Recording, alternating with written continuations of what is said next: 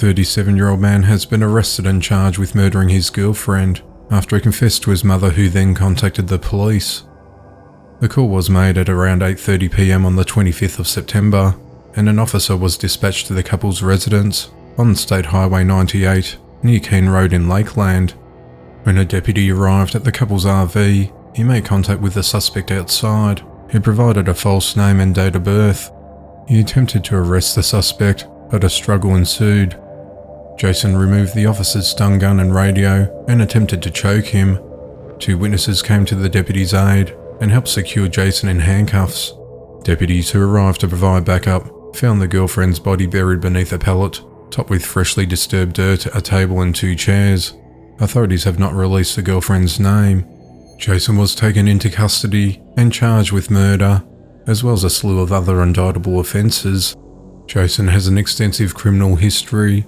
Prior to the latest arrest, his record includes 19 felonies and been imprisoned 4 times. He was most recently released in January of 2021.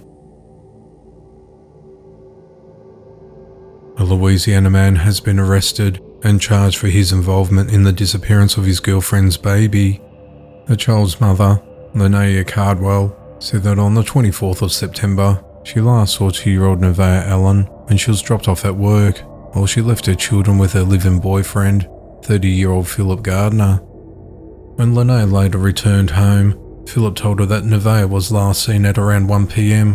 when he put her down while he took a nap at the Baton Rouge home. At around 4 p.m. when her siblings came home from school, the apartment door was open and she was missing. Linnea immediately reported the girl missing and took to social media to raise awareness in the hopes of finding her. Detectives interviewed Philip, who initially told them that Nevaeh vanished, but later allegedly changed his story and admitted to finding the toddler unresponsive and lifeless, and disposed of her remains without notifying the authorities. On the 26th of September, Philip led investigators to a remote area in Logtown, Mississippi, just across the Louisiana state line, and showed police where he buried her body. Philip was arrested and charged with unlawful disposal of remains and obstruction of justice. Nevaeh's grandmother, Jessica Billiot, spoke of a toxic relationship between her daughter and Philip. She referenced an incident where Philip allegedly hit a pregnant daughter, causing a neighbour to call the police, but when officers arrived, they refused to answer the door, so no report was ever filed.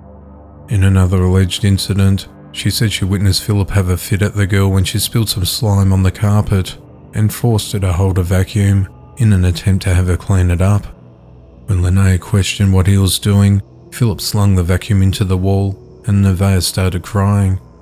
A day after Philip's arrest, the coroner's office conducted a preliminary autopsy and reported that Nevaeh's death was a homicide. The cause of death is pending and further charges are possible during the ongoing investigation. Philip is held at the East Baton Rouge prison on a $75,000 bond. Since completing the video on the 29th of September, an update has occurred where both Philip and Linnea have both been charged with the murder of Nevaeh. Linnea was also taken into custody. According to the arrest document, the 2-year-old picked up Linnea's contact lenses in the morning while she was getting ready for work. She punched the toddler, causing her to fall backward and hit her head on a cabinet. Philip told police that Linnea grabbed her daughter and took her into another room. He described it as hearing what sounded like 2 adults fighting in the room. Philip told police that Nevaeh had a bruise on her forehead when he left to take Linnea to work. He said that when he got back, the toddler laid down on the couch, refused to eat because of stomach pain, and became unresponsive. Philip said he tried to revive her using CPR, but was unsuccessful.